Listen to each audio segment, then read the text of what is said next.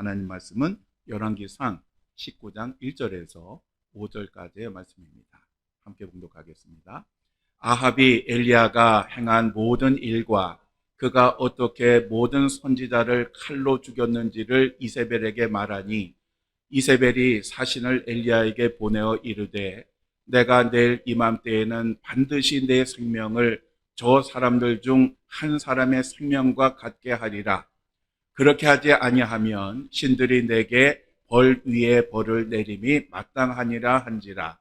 그가 이 형편을 보고 일어나 자기의 생명을 위해 도망하여 유다에 속한 브엘세바에 이르러 자기의 사원을 그곳에 머물게 하고 자기 자신은 광야로 들어가 하루길쯤 가서 한 로뎀나무 아래에 앉아서 자기가 죽기를 원하여 이르되 여호와여 넉넉하오니 지금 내 생명을 거두시옵소서. 나는 내 조상들보다 낫지 못하니이다 하고 로뎀나무 아래에 누워 자더니 천사가 그를 어루만지며 그에게 이르되 일어나서 먹으라 하는지라. 아멘. 자리에 앉으시기 바랍니다. 오늘은 열왕기상 19장 1절에서 5절까지 말씀을 가지고 로뎀나무 아래로라는 제목으로 함께 말씀을 나누겠습니다. 중국에는 날마다 오병이어의 기적이 일어나는 것을 여러분 아십니까? 중국 같은 경우에 라오닝 해삼이라고 하는 유명한 해삼이 있는데 1년에 15,500톤이 생산이 됩니다. 근데 팔리는 거는 159만 톤이 팔립니다. 상하이 크랩은 연간 11,000톤이 생산이 되는데 팔리는 것은 연간 160만 톤이 팔립니다. 우창쌀이라고 유명한 쌀이 있는데 연간 70만 톤이 나옵니다. 그런데 팔리기는 1780만 톤이 팔립니다. 삭간호 물고기는 연간 6천 톤이 잡히는데 팔리기는 15만 톤이 팔립니다. 왜 그럴까요? 하여간 이 중국은 거의 대부분 가짜라고 보시면 됩니다. 그러니까 하나님의 기적이 아니라요, 워낙 가짜가 많다 보니까. 그런데 옛날에 북이스라엘의 신자들이 그랬습니다. 오늘 본문에 이제 엘리야가 나오는데요. 이 엘리야는 BC 9세기경에 우상 숭배가 아주 가득했던 북이스라엘에서 활동했던 그러한 선지자였습니다. 이 엘리야라고 하는 이름은 여호와는 하나님이시다라고 하는 그러한 의미의 이름입니다. 이 엘리야가 활동하던 당시에 북이스라엘은 아합이라고 하는 왕이 통치를 하고 있었습니다. 이 아합 왕의 아버지가 오므리였는데 이 오므리는 군사 쿠데타를 통해서 왕권을 잡았습니다. 그리고 4년 동안의 내전을 통해서 북이스라엘 전체를 장악을 했고 아주 철저한 왕정 국가를 이루었습니다. 그의 아들인 이 아합은 왕이 된 후에 사마리아를 수도로 삼고 수도로 옮겼고 또 그 무역 활동도 굉장히 잘해서 나라가 굉장히 풍성해졌고 또 건축에 있어서도 굉장히 많은 그러한 기여를 했습니다. 또 뿐만 아니라 그 군사력을 키워서 모압을 점령을 하고 모압으로부터 조공을 받도록 하는 그러한 그 아주 왕으로 보기에는 괜찮은 그러한 왕이었습니다. 그런데 이 아합 왕은 이웃나라 시돈의 임금이자 아스타롯 신전의 제사장이자 그리고 바알의 사람이라고 하는 이름을 가진 엣바알의 딸을 자기 아내로 삼습니다. 그 아내 이름이 이세벨인데 이 이세벨이 이 왕궁에 들어온 뒤로 이 두 사람은 바알 숭배에 굉장히 앞장을 서게 됩니다. 그렇지 않아도 이스라엘이 북이스라엘과 남유다로 나누어질 때에 남유다는 성전 중심의 그러한 나라를 이루었지만 북이스라엘은 베델과 단에다 금송아지를 만들고 우상을 숭배하는 것으로 시작을 했습니다. 그런데 이 이세벨이 왕이 된 후로는 하여간 이 두 사람이 그 북이스라엘 곳곳에 바알을 숭배하는 산당을 짓고 이스라엘 백성들로 하여금 우상을 숭배하도록 만들었습니다. 이 이세벨이라고 하는 여인은 얼마나 표독하고 잔인했는지 하나님의 선지자들을 죽이는데 눈 깜짝하지 않는 그러한 여인이었습니다. 그래서 이때에 이스라엘에 있던 수많은 선지자들이 죽임을 당했습니다. 만약 이때에 왕궁의 대신이었던 오바다가 선지자들을 동굴에 숨기지 않았다면 이때의 북이스라엘에 있는 하나님의 선지자들은 몰살을 당했을 것입니다.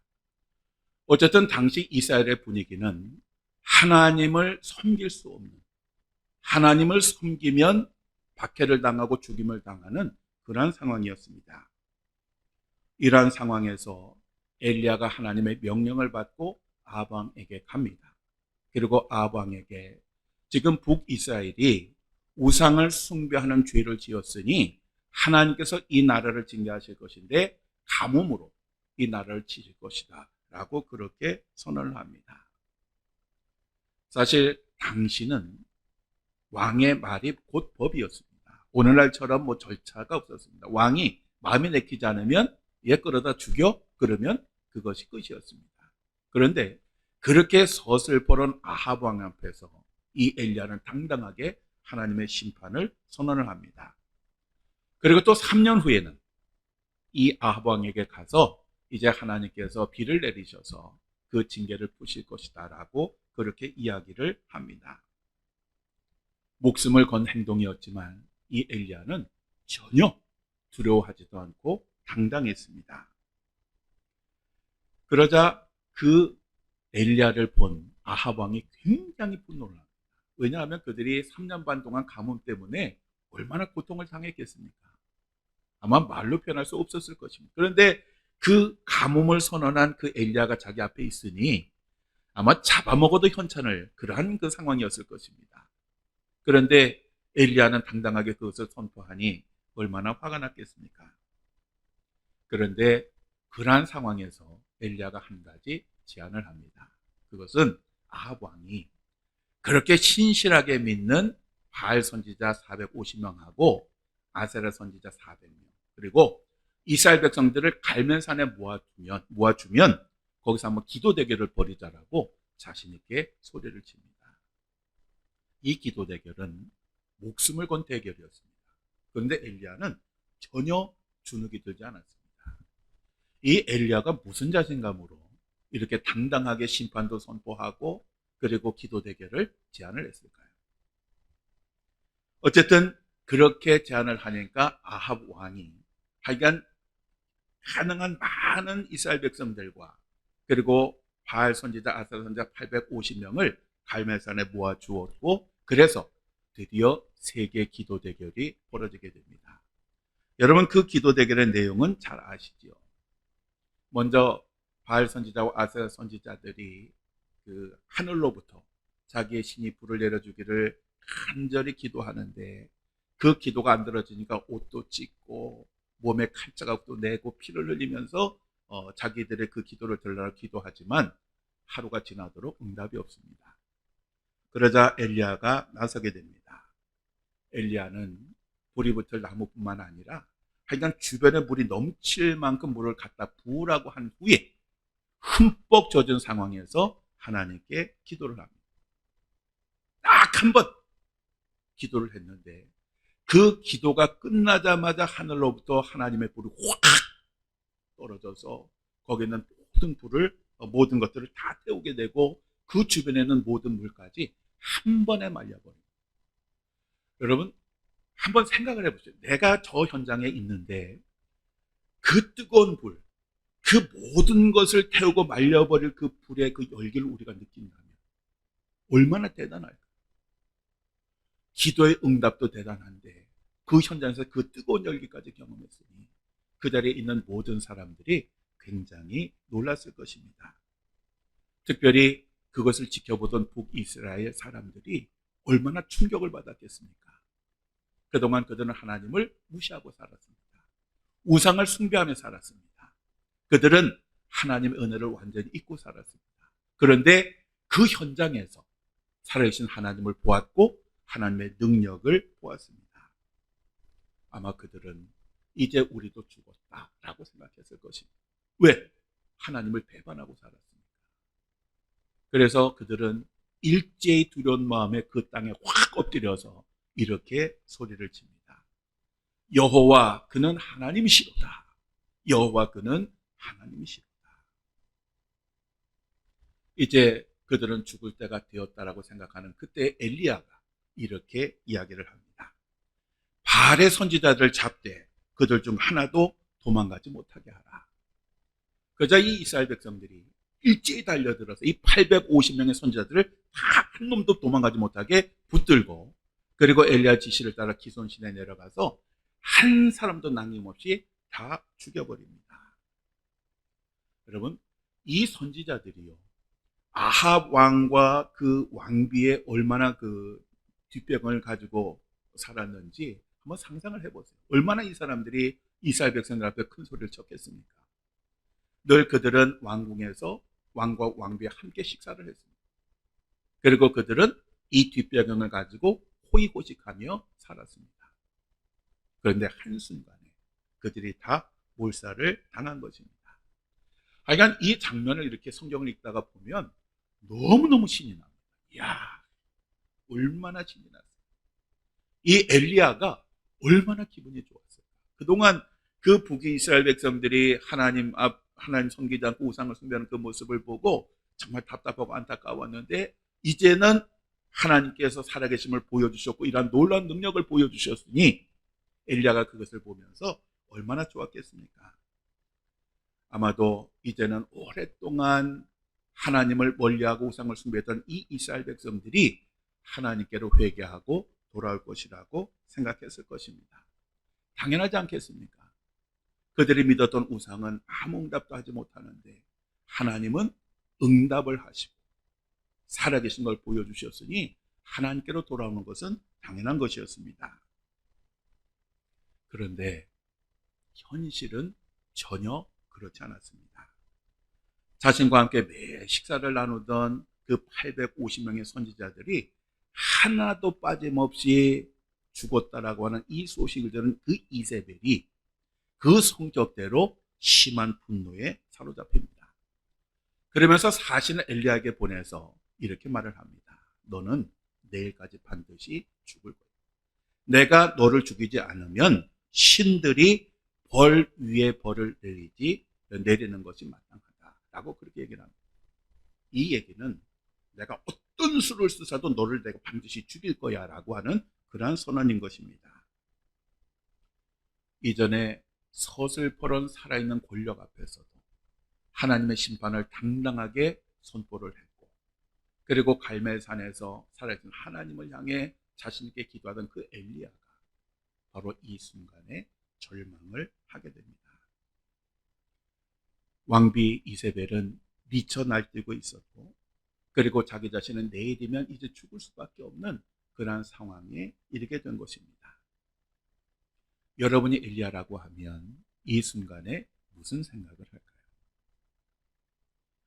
이 엘리야는 적어도 이제 이렇게 됐으면 아합 정권이 무너지고 정말 하나님을 신실하게 섬기는 나라가 이루어질 것이라고 그렇게 기대를 했는데, 전혀 다른 이 현실 앞에서 얼마나 낙심하고 절망했겠습니까? 특별히 이 엘리야는 아마 무기력함을 많이 느꼈을 것입니다. 그리고 하나님이 원망스러웠을 것입니다. 이럴 거면 차라리 그 가뭄과 비 오는 기적도 보여주시지도 말고, 갈멜산에서 기도 대결에서 승리하기도 말고 그냥 처음부터 이렇게 됐으면, 죄송한 표현이지만 얼마나 개고생한 겁니까? 그러니까 너무너무 속상한 거죠. 차라리 처음부터 없었더라면 괜찮은데 줬다가 뺏는 건 뭡니까? 그러니까 이 엘리야는 아마 굉장히 하나님이 원망스럽기도 했을 것입니다. 그래서 이 엘리야가 결심을 합니다. 그것은 뭐냐 하면 도망가는 것입니다. 어차피 내가 아무리 애를 쓰고 수고해도 변할 것이 없으니 차라리 도망을 가자. 아마 제가 생각하기에는 목숨 때문에 두려운 것이 아니라 무기력함이 엘리야를 짓눌렀을 것입니다. 해봐야 뭐합니까? 안 되는데, 변화가 없는데. 그래서 이 엘리야는 그 이스라엘의 최남단에 있는 부엘세바라고 하는 곳으로 도망을 갑니다. 그리고 그것도 모자라서 자기 사원은 부엘세바에 머무르게 하고 하루길을 걸어서 광야로 들어가서 로뎀나무 아래에 앉게 됩니다. 그리고 하나님께 이렇게 기도를 합니다. 우리 함께 읽어볼까요? 여호와여, 넉넉하오니 지금 내 생명을 거두시옵소서.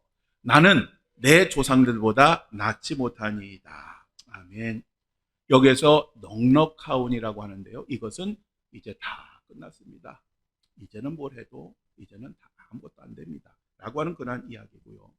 나는 내 조상들보다 낫지 못하니이다 라고 하는 이 말은 자신은 신앙의 선조들의 성공과 실패에서 한 걸음도 나아가지 못한 그러한 못난 놈이다 라고 하는 그러한 의미입니다. 즉 엘리야는 이 무기력함, 뭘 해도 안 될 것이라는 이 앞에서 절망했고, 차라리 이럴 바에 하나님 저를 죽여주십시오 라고 그렇게 기도를 했던 것입니다. 우리도 이 세상을 살아가다 보면 이러한 순간을 만날 때가 있습니다. 열심히 애를 쓰고 수고해서 뭔가 되었다라고 생각했는데 어느 순간에 보니까 아무것도 아닌 그러한 상황을 만날 때도 있고, 정말 내가 할 수 있는 최선을 다했음에도 불구하고 실패의 연속을 만날 때도 있습니다. 그러면 우리들은 이 엘리야와 같은 무기력함을 느끼게 됩니다. 살아서 뭐하나, 뭘 해서 뭐하나, 어차피 나는 이런 인생인데, 이러한 마음이 들게 되면 우리는 정말 아무 소망도 없는 절망에 빠지게 됩니다. 목회자들이 목회를 하다 보면 목회자 탈진 증후군이라고 하는 병에 걸리게 됩니다. 이 병은 과로에 의해서, 그리고 열심히 애를 썼는데 목회의 열매가 전혀 나타나지 않을 때 걸리는 그러한 병입니다. 이 병에 걸리면 정말 철저하게 무기력함에 사로잡힙니다. 그리고 내가 목회를 할 필요가 있겠느냐, 내가 열심히 해봐야 뭘 하겠느냐, 차라리 목회를 그만두는 것이 낫지 않겠느냐라는 그런 생각을 하게 됩니다. 그래서 어떤 분들은 목회를 그만두는 분들도 있고요, 또 어떤 분들은 그렇다고 또 딱히 목회를 그만두고 할 것도 없으니까 그냥 그 마음으로 목회를 하는 분들도 있습니다. 오늘 본문에 나오는 이 엘리야가 걸린 병이 바로 이 병입니다. 그래서 그는 하나님 앞에서 죽기를 청했던 것입니다. 그러면 이 엘리야도 그렇고 우리들도 그렇고 인생을 사는 동안 이러한 완벽한 무기력함 앞에서 절망하는 이유가 무엇일까요? 왜 우리는 절망을 하고 낙심하고 살아계신 하나님을 믿음에도 불구하고 하나님 차라리 저를 죽여주세요 라고 그렇게 기도하겠습니까? 그것은 우리가 인생이나 역사를 단면만 보기 때문에 그렇습니다. 엘리야는 로뎀나무 아래에서 이제 모든 것에 대한 결론을 내립니다. 그 결론은 안 된다라고 하는 것입니다. 이래도 안 되고 저래도 안 되고, 하나님의 놀라운 능력을 이스라엘 백성들이 보아도 돌이키지 않는 저런 완악한 인간들에게는 이제 변화의 가능성은 전혀 없다라고 하는 것이었습니다. 그렇지만 하나님의 역사는 이때 끝나지 않았습니다. 하나님은 아합 왕과 이세벨이 날뛴다고 해서 그들에게 모든 역사를 맡기고 포기하시는 분이 아니십니다. 하나님은 무기력함과 깊은 절망에 빠진 이 엘리야를 먹이신 후에 호렙산으로 부르셔서 그에게 다시 사명을 맡겨주셨습니다. 그 사명이 두 가지였습니다. 하나는 님시 아들 예후에게 기름을 부어서 다음 왕으로 세우라고 하는 것입니다. 그리고 그의 후계자 엘리사에게 기름을 부어서 준비하라는 것입니다. 즉 이 말은 뭡니까? 아합 왕의 정권이 절대로 무너지지 않을 것 같다고 너는 생각하지만 이제 곧 그 정권은 무너지고 나의 뜻을 이어갈 그런 왕을 세울 것이다 라고 하는 하나님의 말씀입니다. 더불어 하나님께서 무엇을 말씀하시느냐 하면, 지금 엘리야는 북이스라엘에는 자기 외에는 하나님을 믿는 사람이 아무도 없다라고 그렇게 생각을 하고 절망을 하지만, 지금 북이스라엘에는 하나님을 믿는 7,000명의 사람들이 남아있다라고 그렇게 말씀을 하셨습니다. 엘리야는 이란 것을 보지도 못했고 알지도 못했고 생각하지도 못했기 때문에 모든 것이 끝났다고 생각하고 낙심하고 절망을 했던 것입니다. 모든 것은 끝까지 보아야 합니다. 마지막 순간에 보아야 그것이 성공했는지 실패했는지 우리들은 알게 되는 것입니다. 우리 하나님은 모든 역사를 주관하시는 그러한 분이십니다. 우리가 맛보는 실패와 무기력함이라고 하는 것은 우리가 하나님의 역사를 보지 못할 때, 단면으로 볼 때에 일어나는 그러한 현상입니다. 다만 우리가 잊지 말아야 될 것은 우리들은 그 인생의 끝, 그 우리들의 죽음이라고 하는 것을 마지막으로 늘 생각을 합니다. 그래서 내가 살아있을 때 기도 응답이 없으면, 내가 살아있을 때 열매를 거두지 못하면 실패라고 결론을 내립니다. 그러나 하나님의 역사는 우리 인생보다 훨씬 더 깁니다. 여러분 한번 생각을 해보십시오. 초대교회에 얼마나 수많은 사람들이 순교를 했습니까? 그때는 정말 무기력해 보였어요. 짐승에게 먹여 뜯기고 십자가에서 불에 태워 죽임을 당하고 얼마나 무기력했습니까? 그들이 마지막 죽는 순간에 뭘 생각했을까요? 그런데 그러한 그 순교 후에 그들이 하나의 썩어지는 미랄이 되어서 오늘의 교회가 세워진 것입니다. 그러면 우리들은 인생을 사는 동안 어떤 어려운 일이 있을지라도 내 인생에서 그것이 해결되지 않는다고, 내가 생각하는 그때 그 문제가 해결되지 않는다고 낙심하거나 절망하거나 무기력함에 빠지면 안 됩니다. 살아계신 하나님은 우리의 역사를 끝까지 이어가시고 마무리를 하실 것입니다. 바로 우리가 이것을 믿어야 하는 것입니다. 우리 예수님이 예루살렘 입성하실 때 얼마나 사람들이 좋아했습니까? 그들은 밖으로 나와서 예수님이 가시는 게 자기들의 그 겉옷, 정말 소중한 그 겉옷을 바닥에 깔고 예수님 호산나 하면서 환영을 했습니다. 그렇지만 예수님은 그들의 기대와는 너무너무 달랐어요.